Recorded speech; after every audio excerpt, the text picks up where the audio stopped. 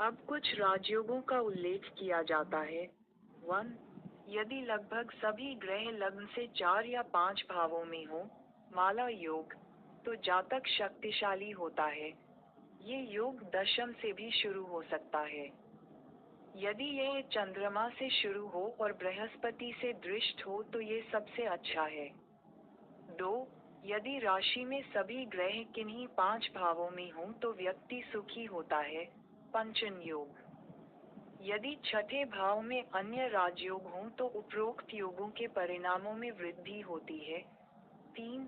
यदि लग्न और दशम दोनों में ग्रह हों तो राजयोग के परिणाम प्राप्त होते हैं। शुभ ग्रह की स्थिति अशुभ ग्रह की तुलना में बेहतर होती है। 4.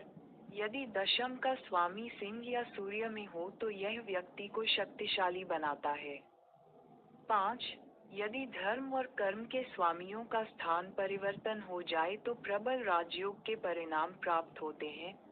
यदि वे नवम या दशम में एक साथ हों तो व्यक्ति सुखी होता है। 6. यदि लग्न, तृतीय, नवम और दशम के स्वामी एक साथ लग्न, तृतीय या दशम में हो अथवा दशम का स्वामी तृतीय या लग्न में हो अथवा लग्नेश दशम में हो अथवा तृतीय का स्वामी या तृतीय का स्वामी हो तो जातक सत्ता का सुख भोगता है। 7. यदि 2 या 2 से अधिक ग्रह उच्च के हों तो जातक को सरकार में महत्वपूर्ण पद पर रखता है। 8. यदि कोई नीच ग्रह लग्न में लग्नेश के साथ हो अथवा उस ग्रह की उच्च राशि में हो तथा चंद्रमा से केंद्र में हो तो उस नीच ग्रह की दशा में राजयोग और धन योग के फल प्राप्त होते हैं। 9. यदि बृहस्पति, शुक्र, बुध अपामार्ग के साथ हो, शुभ चंद्रमा पंचमेश और नवमेश होकर पंचम या नवम भाव में हो अथवा तृतीयेश होकर तृतीय भाव में हो तो जातक राजा बनता है।